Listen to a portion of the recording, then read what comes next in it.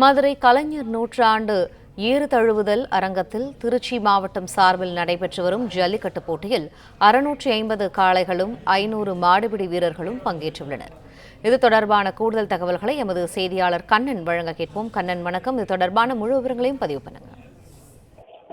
வணக்கம். தமிழர்களின் வீர விளையாட்டுகளில் ஒன்றான ஜல்லிக்கட்டு போட்டி இன்று திருச்சி மாவட்டம் ஜல்லிக்கட்டு துறை சார்பில் அலங்காநல்லூர் அருகே கீழக்கரை பகுதியில் அமைந்துள்ள கலைஞர் நூற்றாண்டு ஏறுதழுவுதல் அரங்கத்தில் ஜல்லிக்கட்டு போட்டி இன்று நடைபெற்று வருகிறது. இந்த ஜல்லிக்கட்டு போட்டியானது வரி மற்றும் பத்திரப்பதிவுத்துறை அமைச்சர் டி. மூர்த்தி மற்றும் சோழவந்தான் சட்டமன்ற உறுப்பினர் வெங்கடேசன் ஆகியோர் பச்சை கொடி அசைத்து தொடங்கி வைத்தனர்.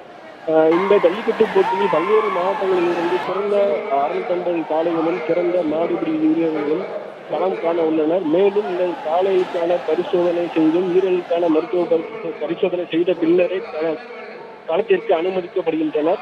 இந்த ஜல்லிக்கட்டு போட்டியில் பரிசு பொருட்களாக குக்கர், கட்டில், பீரோ, சைக்கிள், LED டிவி போன்றவை வழங்கப்பட்டு வருகிறது. மேலும் சிறந்த காளை மற்றும் சிறந்த மாடுபிடி வீரருக்கு சிறப்பு பரிசாக இருசக்கர வாகனம் வழங்கப்பட உள்ளது. நன்றி கண்ணன், விரிவான தகவல்களுக்கு.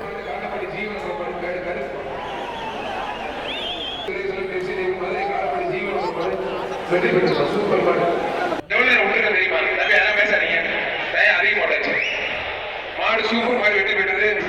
ஐயாபடி தலைவர்